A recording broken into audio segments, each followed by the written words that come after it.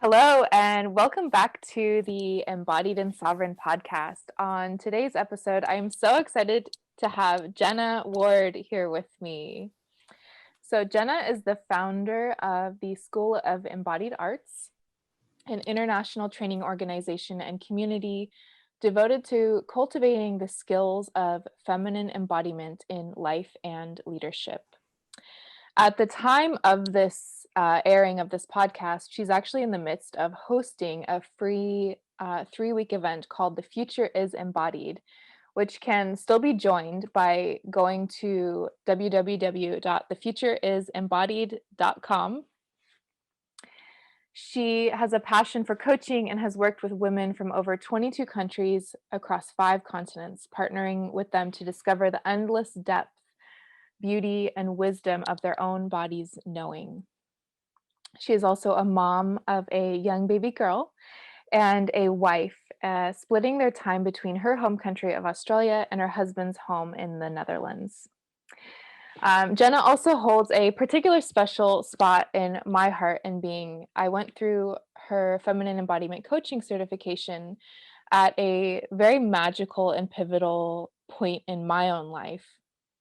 I stumbled upon feminine embodiment in a very intuitive and serendipitous process. I discovered her and this program, which started only a few weeks later, and I was all in, and there was no turning back. So, Jenna, thank you so much for joining me today. It's such a treat to join you and to be touching base together. I mean, we were peers when we worked together in the program, but then also to work together now as peers with a fuller evolution of your work, my work, the world is so wonderful. So thank you for having me. Yeah. So the first question, I know this is kind of a typical question for interviews, but for people who don't know you, I like to ask this, like, just if you could share a little bit about your own journey into discovering feminine embodiment. Yes, very happy to. And there's a lot that mirrors what you described, this curiosity, this serendipity. I feel like in a lot of ways, embodiment is a word and a experience and a philosophy and a way of life that kind of chooses us, and we don't always necessarily have a say in that. Right. So my pathway into that awakening and that choosing happened when I was working as a clinical hospital pharmacist, and I became quite unwell and began looking into natural and alternative remedies because the drugs I was taking were not helping me. And I began to study energy medicine, which was really profound. It was based in traditional Chinese medicine, which is a long lineage of really, really beautiful arts. But there was something in the way that I was being taught that way of working, and I was being taught in the West, this beautiful Eastern philosophy. There was something that was just really missing and that I was craving. I didn't realize what it was at the time, but I began exploring and learning and experimenting with my clients because I had changed careers from hospital pharmacist to working as a coach and a practitioner in my own practice. And at some point, I began to realize what I really yearned for was vulnerability, intimacy with the experience of transformation, not for somebody to do some magic over the top of me and just send me on my way and perpetuate this hierarchical, like, I'm the healer and I will fix you, which was kind of the energy medicine philosophy that I had been taught. I really wanted not to have the answers as the practitioner, but to resource myself in my personal practice and my clients to actually discover what was true for them.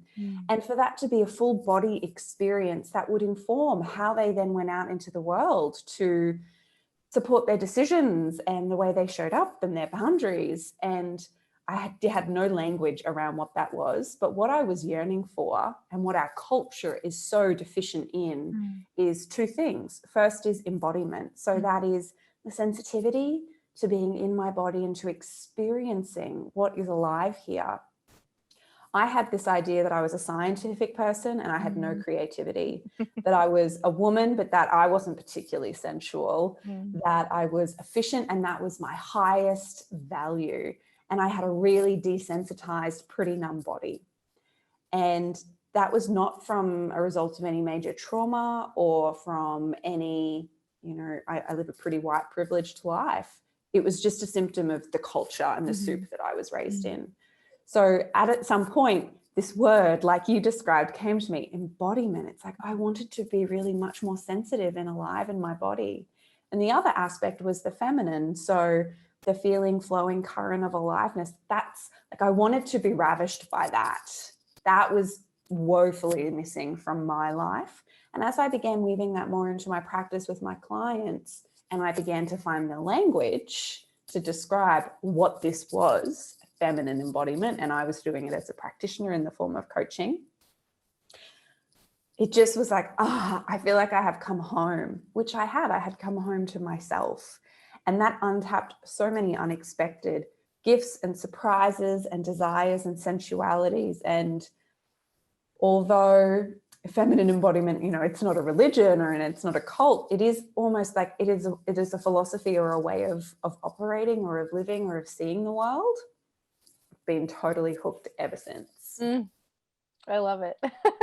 I think this is like, I just love everything you said, because a lot of that, it feels like it mirrors my own awakening as well. And it's like something you said, how when you are a healer, quote unquote, it's like there is this kind of, whether it's conscious or unconscious, this like burden of responsibility to have the answers for the person that's coming to you. And that never sat well with me either. And that is also a reason why I was so attracted to this, because it's like I'm like, I don't want to have your answers.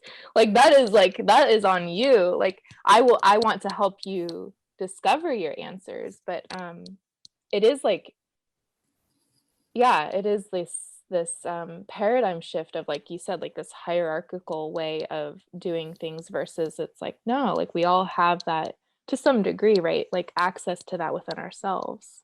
Absolutely. Yeah.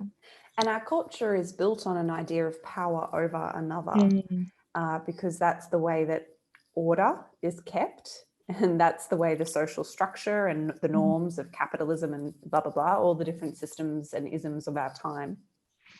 And it's really easy, like that infiltrates, I described earlier, I was a hospital pharmacist. So I was used to that hierarchy between patient and medical professional. And it was one of the things I really actually didn't like. I found so disempowering and despondent and hopeless about the medical system that I was working in. I was in Australia at the time. And it just did not excite me to hold that burden and that weight of responsibility as a practitioner, because it's not sustainable for one person's body, but it's also really disempowering and disenfranchising for clients. Yeah. It's not the kind of future I wanted to perpetuate. Yeah. Yeah. So also this other question, I've wanted to ask you this for a while, so I'm excited to be able to, but I remember going through your program and like I said earlier, it was this like kind of very visceral, intuitive, embodied awakening of the feminine, like within me. And it was this whole realm that was just so new to me. And one thing that to talk like energetically just for a moment, it's like the feminine is like wild, right? It's kind of like free flowing, like unstructured in a way. And when I had that experience, I had a very hard time like feeling into structure that didn't feel like I was trapped or constrained by it. Kind of similar to what we were just talking about, like with the hierarchy. It's like at some point it becomes disempowering, right?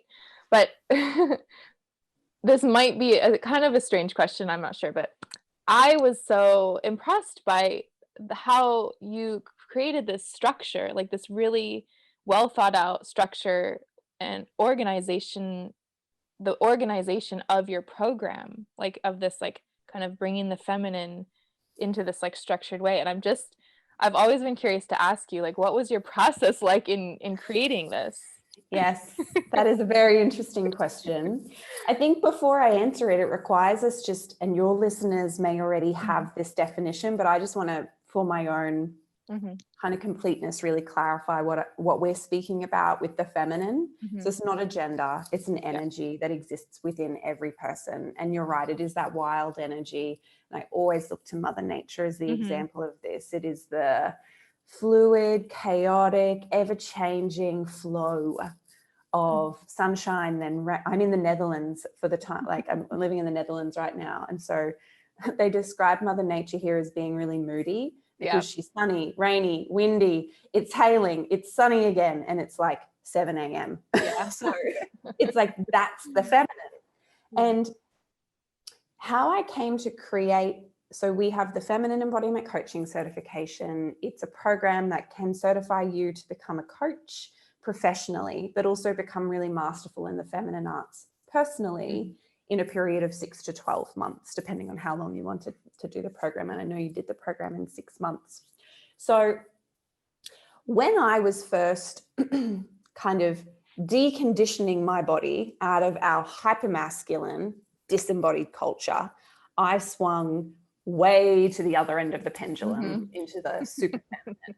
And that's a pretty typical rite of passage, because if we're going to kind of reanimate this dormant aspect of ourselves, it's not like we don't have the feminine in us. It's not like we didn't get born with that ingredient. That ingredient is essential for all of life and it exists within all people of all genders and sexual identities. But it's dormant because it's a skill and a quality that we're not encouraged to develop. And so when I was kind of first getting into figuring out this feminine aspect, I swung all the way towards, I can't have any structure. I need to be all flow. And it was like way, way, way out this side. And that was really great for a few years and a few seasons. And during that time, I was doing a lot of my own work, working one-on-one with clients, working with small groups of clients.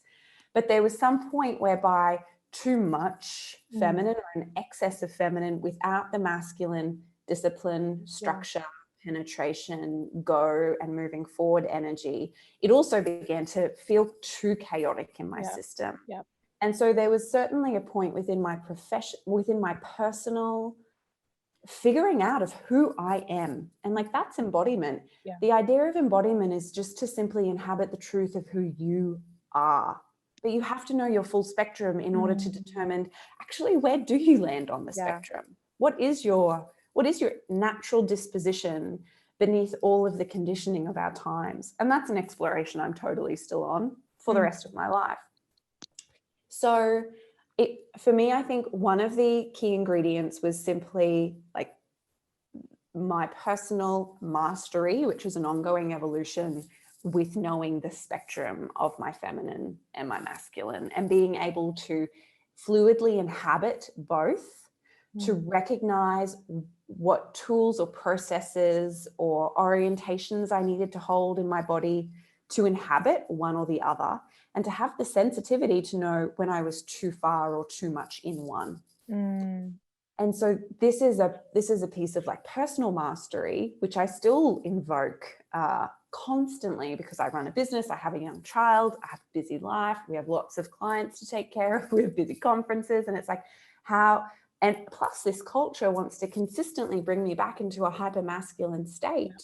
And so it's like, that's personal practice number one.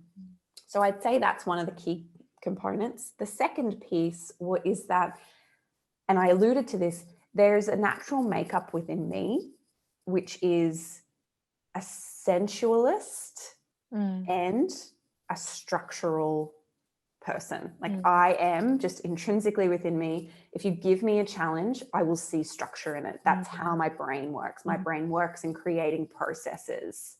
And yet it is the sensual, the embodied, the ravishment. That's what kind of like makes life worth living for me.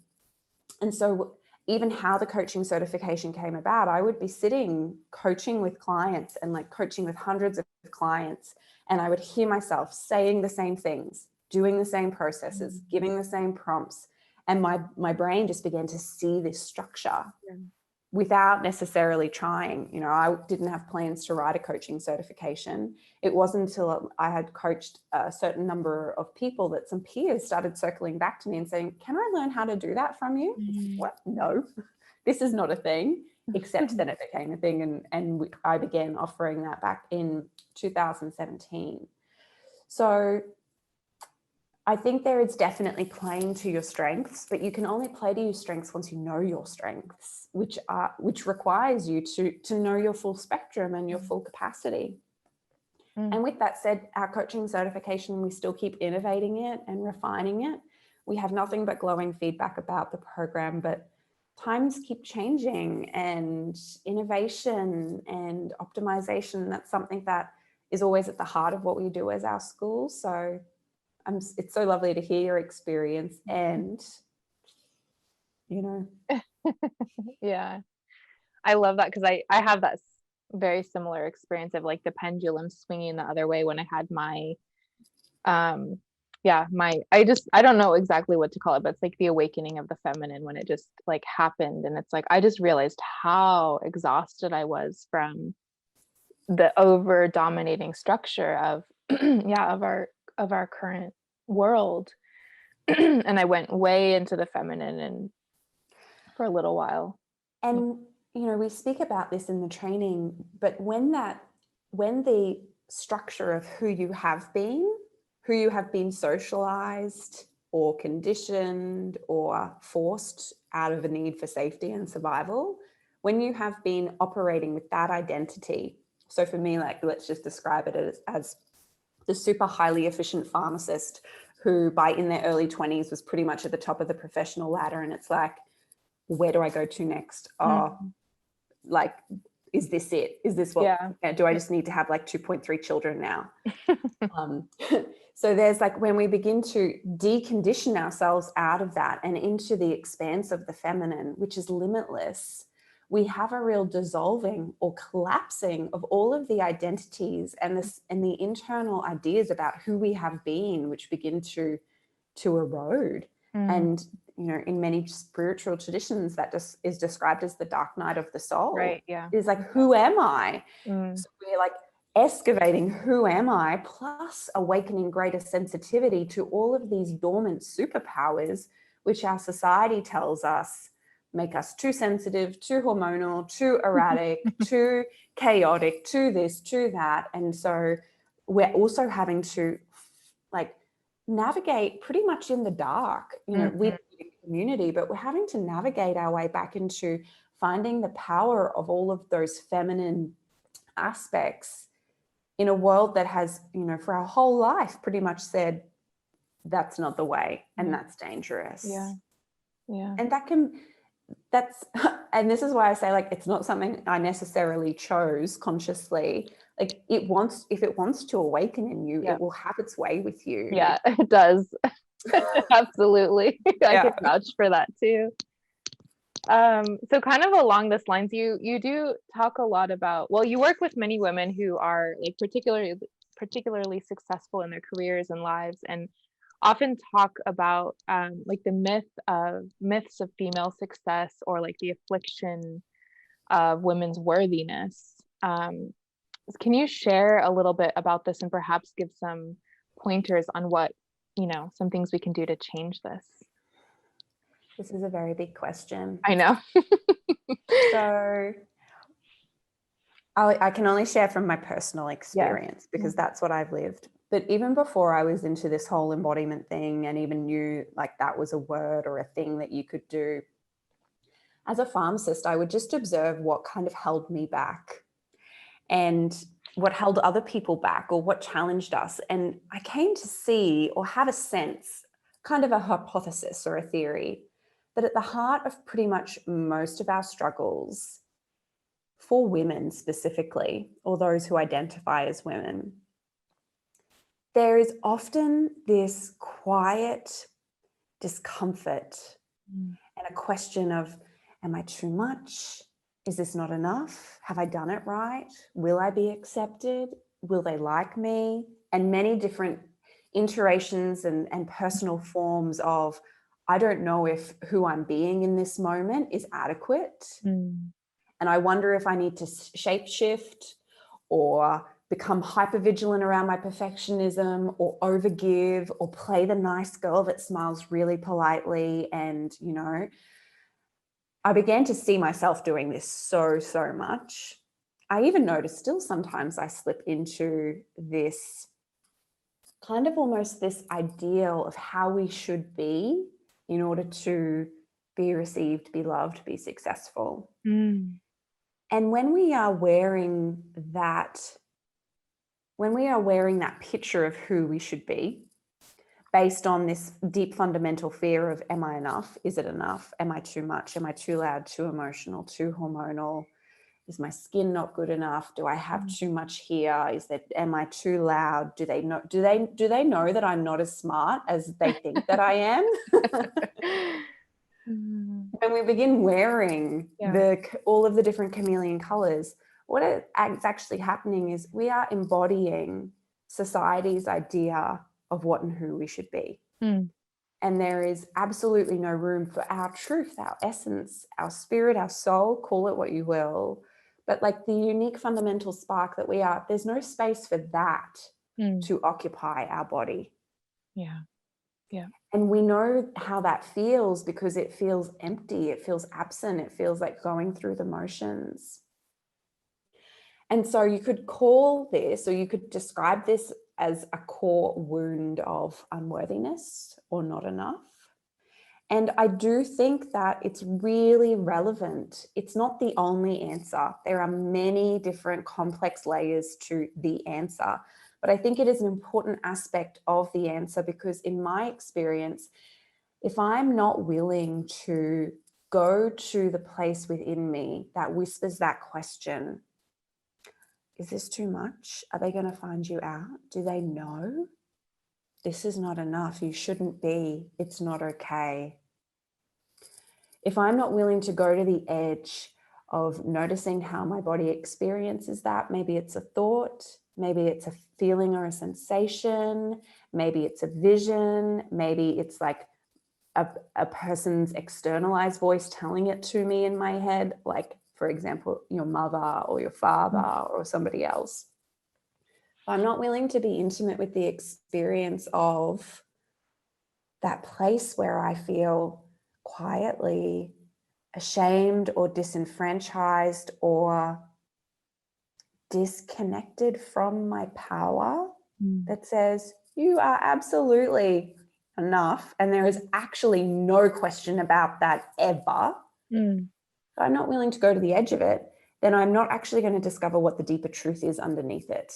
And so many of us kind of work with positive mindset and affirmations as ways to kind of override or keep ourselves separate from that bubble of simmering shame and discomfort. And it either leaves us living this chameleon disenfranchised life or spending a lot of energy trying to fix it with our mind when our mind is not the issue. The issue is actually, you know, for many generations and centuries, women have in many different ways been socialized and shamed and diminished in our place in society. And that may or may not be your or my lived experience, but that is the soup that women have lived in for generations. And that's still alive in us, in women, and in a lot of people generally, because that's also how capitalism works. Like, you need this beauty cream, you need these spandex tights, you need these ...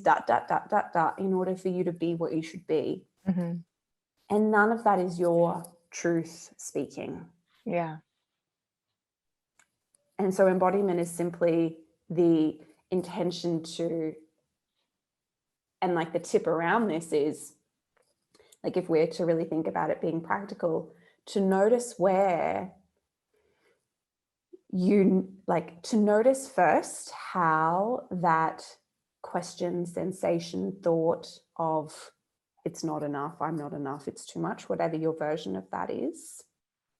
Mine lately has been, they might figure me out. Like, they might figure me out. Like, I'm still figuring this out myself. I hope everyone knows it. And it's like, it's so freeing even for me to vocalize that in this moment, because if I'm willing to notice the sensation, meet it, be with intimacy in it, there is a deeper truth under that. And that is, you don't have to be any more, other, or else. You don't have to be more intellectual or beautiful or whatever the standard that is such a BS standard is.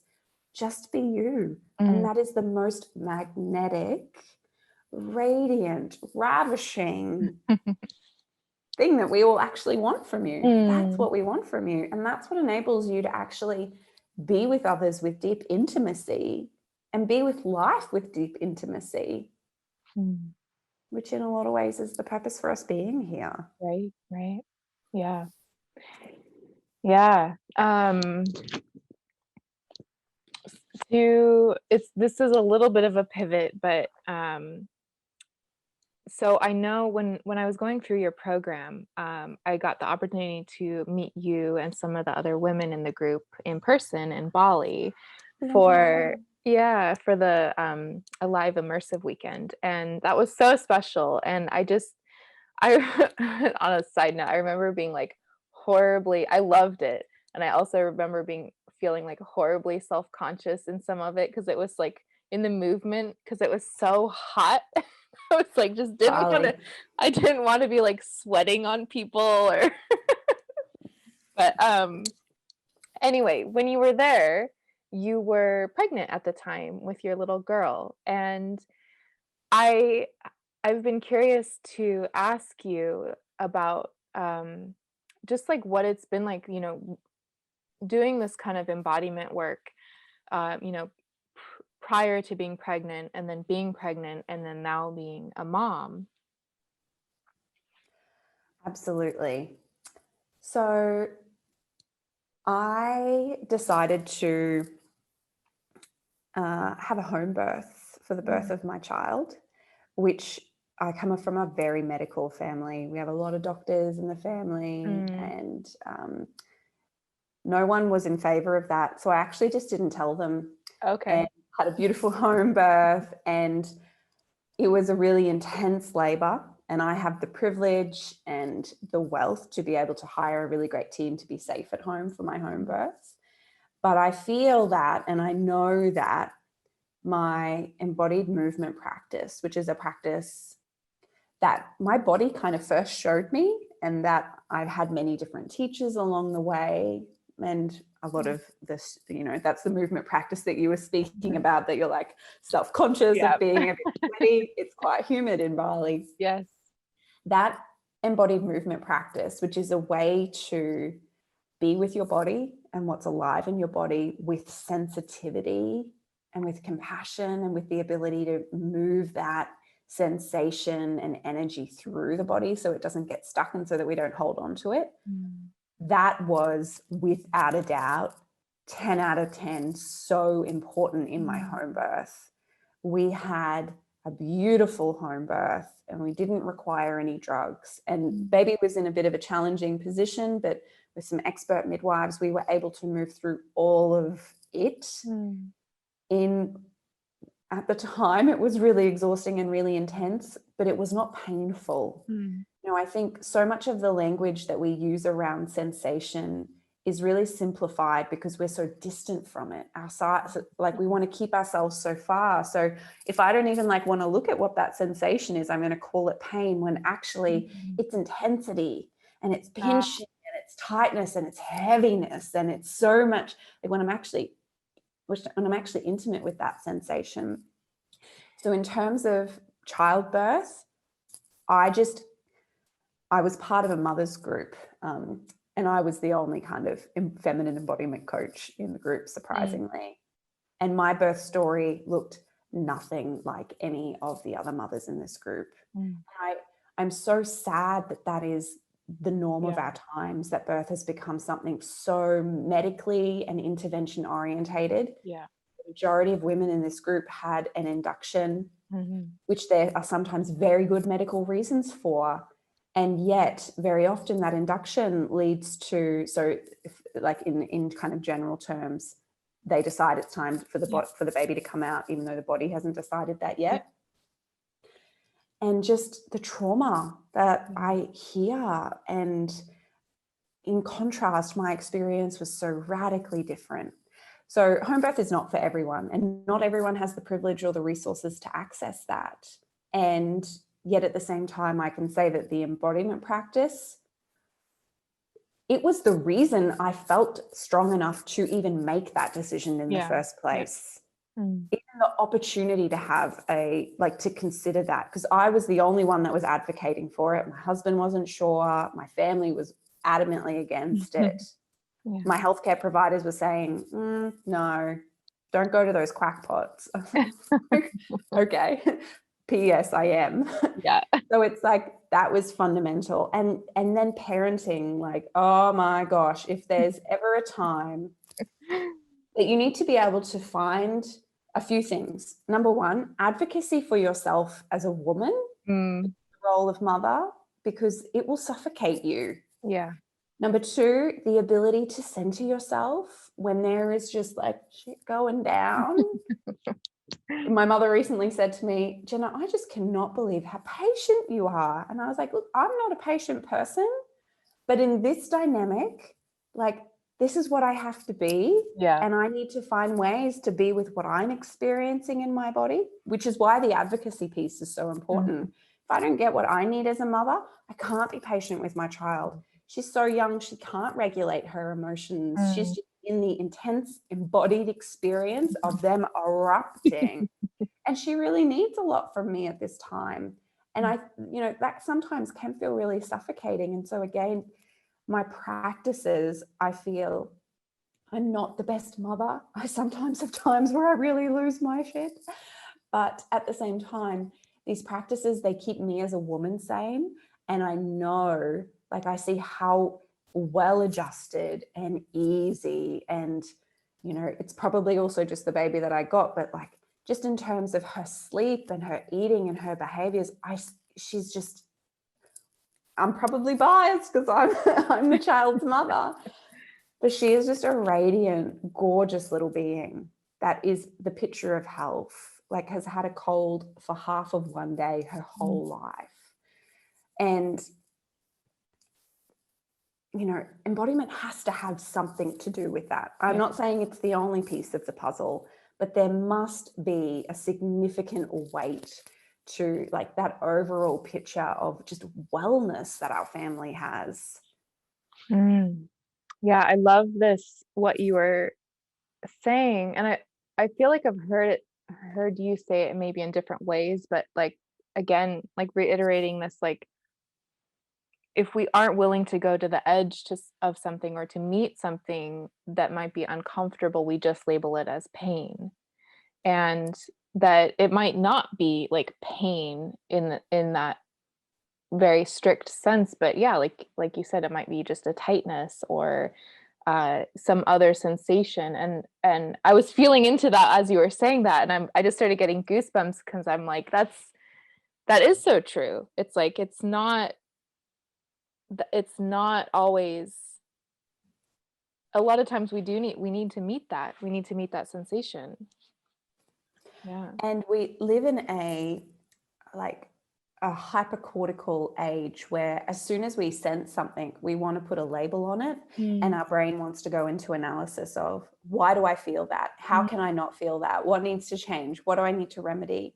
And as soon as our energy leaves that sensation, feeling, emotion, or like that feminine energy that is alive in our body, and it uncouples from the body and moves up into the brain to analyze, solve, and fix, we lose intimacy, and we lose, or we stop the body's natural process, which is to allow that which we are experiencing to flow. And as it flows, it naturally moves into what's next. And so, like in the example of childbirth, it's like there's intensity because there's a surge right now where my uterus is contracting. And if I can be with that, move into that, experience the nuances of that, then as that dissipates, I also get the joy, the privilege, and the sweet pleasure of that moment as it begins to recede and relax. And I feel my body just on this wave of oxytocin. There were moments of extreme bliss, not many, but a few during my labor. And that was only possible because the tightness, which we might describe simplistically as the pain, like as we're intimate with that and let that flow, we're then free to be intimate with what comes next. Mm, I And the love same that. is true of any experience in life. Like, I use embodiment constantly when I kick my toe or my elbow. Like, Yeah. go into the intensity of it and you'll find it dissipates and it Yeah. abates so quickly within a few seconds, as opposed to like carrying that pain Yeah. around because you're not willing to feel it. Exactly. Oh, I love it. Um, so I can only imagine what kind of thoughts might go through your head as a new mom to a young daughter, and as someone who's, very self-aware, socially aware, feminine embodiment coach. And so I'm curious if you have any insights or reflections you can share about how you're choosing to do things differently for the betterment of the future that your daughter is stepping into. That's a very big question, and one that I'm still figuring out Yeah. because I make it up as I go along, really. Yeah. One of the things right now that I'm working with is being a real advocate for my child's no. Mm, So when people, particularly, my child is in contact with a lot of family members that love her and everyone wants to do the right thing by her. But a lot of us also see our children as our property. yeah. And so we might be tickling or playing and it's fun. And then all of a sudden I hear a little no, or she speaks Dutch. So it's often nay. Mm, And as soon as I hear her nay, her no, it's like we stop. yeah. As soon as you say your no, as soon as you express your truth, we all listen and we follow. Mm, And I'm actually the only one in the family that does that. Everyone else keeps tickling. They keep playing because it's fun. yeah. It's harmless. It does. She's fine. I love her. It's okay. And it's like, actually, what does that teach her about her body autonomy? It teaches her that when she expresses her no or her truth into the world, that people that are older than her, I don't want to get all patriarchal up in our face, but often it's men, Yeah. will keep overriding her body's intelligence. And that's a really slippery slope for beginning to assume that somebody else knows better than her. Yep. And I guess that reveals another of my internal assumptions, which is she knows her body best. Yeah. If Yeah. she doesn't want to eat something, I'm not going to force food down her throat. Mm, If she says and pushes away her dinner, I'm full, it's like, okay, you know your body best, darling. Are you sure you don't want a yogurt mm, or some fruit? No? Okay, then you're done. I'm not going to force you to eat more food because you know your body best. And I right. really want to instill in her body and her sensations are a resource for her to be really familiar and safe to express. And that means we have to honor Mm, what she expresses, even if it's inconvenient for us. mm. I love that. I think that is. I don't know what kind of impact that will have. It's a hypothesis. It's Yeah. like we're working it out. But I feel like, particularly because at the moment we assume that she's a little girl, she'll decide what her gender identity will be as she gets older. Mm, But we've labelled her a little girl at the moment.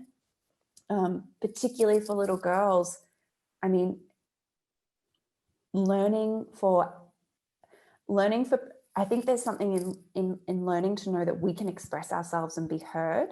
And I think there's also something for her in seeing her mother as an advocate for whatever you want, I stand behind you. yeah. Whatever you want, I stand behind you. Mm, So there's also something in that dynamic as well. Like, I'm on your team, not leading you, but standing behind them with you mm. always. Yeah. Yeah. To be on her side. I think Yeah. that is particularly important for children in general, and especially for young girls, because we do learn, it's this just very, very subtle and insidious, like, relenting of our own boundaries, and it's very unconscious at that age. Yeah. Absolutely. And, I won't get all the things right, but I see what a huge evolution has been possible in my opportunities and privileges compared to my mother or her grandmother. Mhm. And again, I'm speaking from a position of real privilege because I come from like a white family, a family with intergenerational wealth is really different if I had a different lived experience. But I just think about the opportunities that next generation will have. And it's like, oh, if I give you every footing, like imagine standing on this, Yeah. what comes next for you? Yeah. So back on the subject of this conference that you're creating, that you're in when this airs, it's in the middle of it. The future is embodied, and I just wanted to ask something that inspired you to create this conference. I have, ever since I've realized embodiment is a thing, and that I was super disembodied, and working with, hundreds of women, thousands of women, working and graduating hundreds of coaches from our school. And these are women from, you mentioned in my bio, like across 5 continents. That's every continent with the exception of Antarctica. I've worked with clients. So every continent in the world. And although we all come from very diverse, different experiences, we all are living in disembodied ways. And so this question, how did we get so disembodied, has been something that I've always been hungry to answer. And while at the same time knowing that looking back doesn't actually create the skills for me to be with what needs to be here now. So there's definitely been a phase of my personal and professional journey that's been about really solidifying and cementing, how do we just do embodiment right now? And that has been and continues to be the primary thrust of my body of work. But in my personal evolution, I'm hungry to consistently bring greater consideration about what has informed how we got here, and how can that shape the way that we take our skill of personal embodiment to really shape an embodied future for more of us. So what I'm wanting to do, and what has inspired the conference, is if we take this skill of feminine embodiment, that's a skill you coach in, that I coach in, that many women listening to our conversation I'm sure are interested in, how can we take that skill and apply it to create bigger and wider ripples in the world? Yeah. That's what I was inspired to speak about more broadly. And so the types of speakers that we've invited to the conference are very diverse speakers, not necessarily people that teach on embodiment, but people that teach in embodied ways. So we're looking at feminine business and leadership in embodied ways, anti-capitalist ways of working. We're looking at beauty standards and menstruation and different like invisible standards that women map themselves to. And we're looking at these in embodied ways. We're talking about motherhood. We've got 2 guests that specialize in motherhood. And again, we're broadening the context of how can we be more aware of what shaped us getting here, so that we can bring that analysis to shape how we move forward, do better and be better. Because we're at a really, like, I think we all feel it and we see it on the news, we're at a really pivotal time. And we have been for many centuries having really pivotal times. And our body can either, like, this is the body that's going to fuel our future.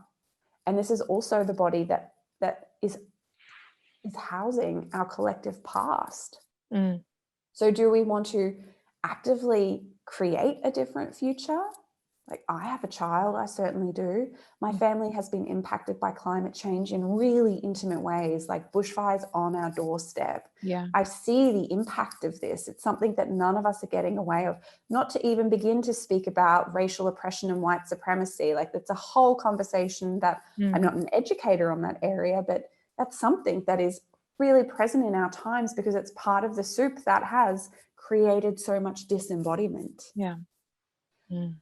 And I want our bodies to do better and be better.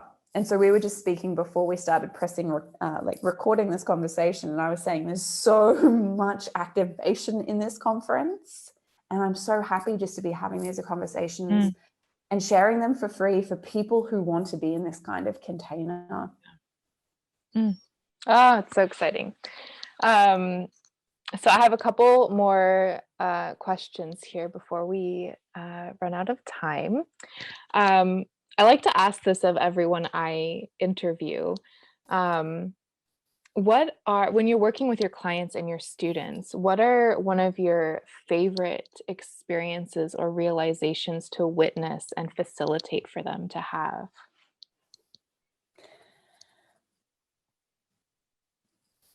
I would say, so the majority of the clients that I work with are through our coaching certification. I have a private roster of clients that, but they tend to be more in business. But the favorite, like one of the things that I really love the most, and we say this to women all the way through the training. So our coaching certification is not about making you into something that you're not.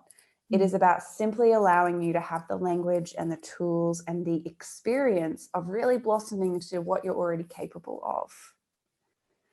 And when I see somebody actually experience that blossoming, like, oh, there it is. Like just the other day, one of a student who recently graduated then just signed up her first ever coaching client. She'd never coached before.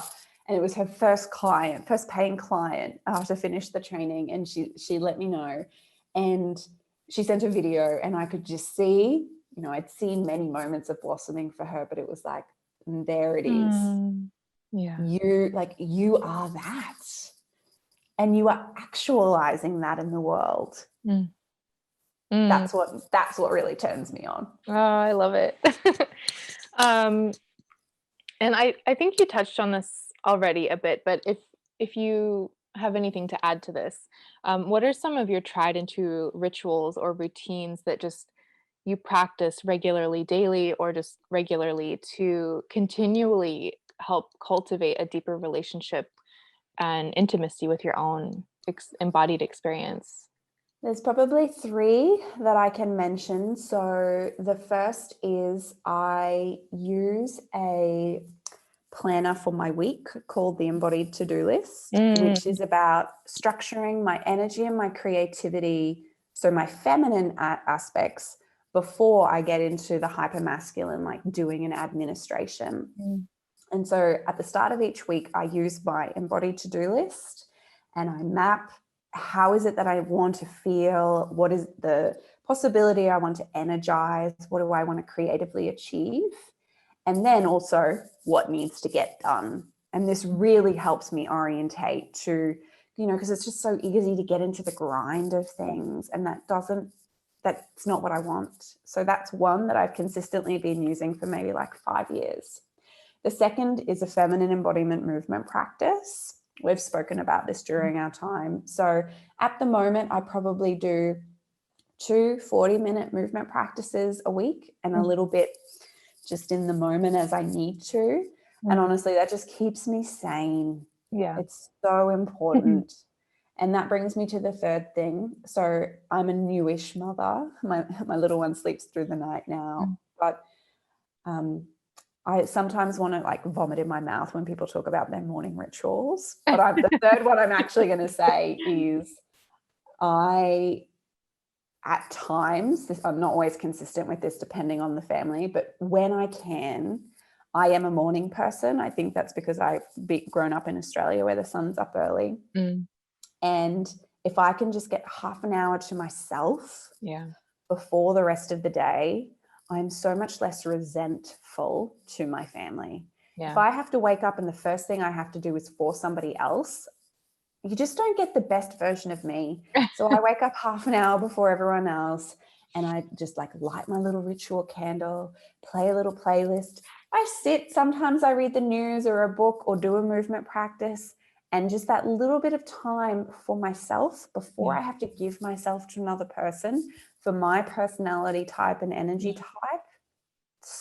So when I can do it, it's so nourishing. Yeah, I can completely relate to that. And I'm actually really glad you brought up the embodied to-do list, because I was using that for probably like a year and a half, and I don't know what happened. I moved or lots of chaos happened, but I stopped using it. But I feel like I want to start using that again. Yeah, if you enjoy it, like for Yeah. me, it is just it just helps give like structure to my feminine Yeah. side, to my Yeah. desires, and it Yeah. gives priority to them. Yes. Yeah, I found it incredibly helpful. Mm. And who or what is one of your greatest sources of inspiration that you regularly look to? That is a fabulous question. I would actually say my students. We don't actually call them students, we call them peers, because they're practitioners and they're sovereign in their own right. But when I just look at the caliber of women that I have the privilege, like yourself, and the opportunity to collaborate with, I feel hungry and inspired, and like I see the gaps or the possibilities about what more or what else or where. And often it's not always about learning more or doing more. It's about, often the inspiration is about deeper intimacy and experience. And so it's like not so much more of the, like in a traditional academic sense, you might think it's about like doing the next and creating, but actually from a more feminine sense, it's often actually like feeling the field and allowing things to be bigger and juicier and messier, and putting that experience over the theory. Yeah. Sort of prioritizing experience over theory. So I would actually have to say the consistently greatest source of inspiration is just the amazing women I get the privilege to work with. Yeah. Yeah. Oh. And then so before we end, so as the world is opening back up slowly, seemingly, we'll see, from the pandemic, what's something you're really looking forward to doing again, like, or actually doing less of, like either for yourself or your family, or with your students or peers? There are many things I'm looking forward to, but my family has historically been like a more of a nomadic family, traveling. So I'm definitely looking forward to travel. And for, like, just quietly between you and I and everyone that's listening, for our school, so we have students from all corners of the world, and I've been hanging out for us to have our inaugural awards night for about 18 months now. And I'm really looking forward to when it's safe for most people to be able to travel. I'm really looking forward to us having another in-person event. Yeah. Oh, that would be so amazing. Jenna, it has been such a pleasure speaking with you today. Thank you so much for taking the time and space to share your wisdom with us. Thank you for having me, and for everyone who's joined us for this conversation. It's been so lovely, and I'm deeply privileged to be able to have this chat today. So thanks for having me on. Yeah. So for anyone listening, if you want to find out more about Jenna and her offerings, you can visit her website, jennaward.co. So that's JENNAWARD.co. And there is still time to join her conference at thefutureisembodied.com. Thank you so much. Thank you so much for listening. If you enjoyed this episode, please subscribe, rate, review, and share. I also have a special free gift for all of my listeners. Just go to meganhart.coach/gift. That's MEGANHART.COACH/GIFT. All my love to you. Until next time.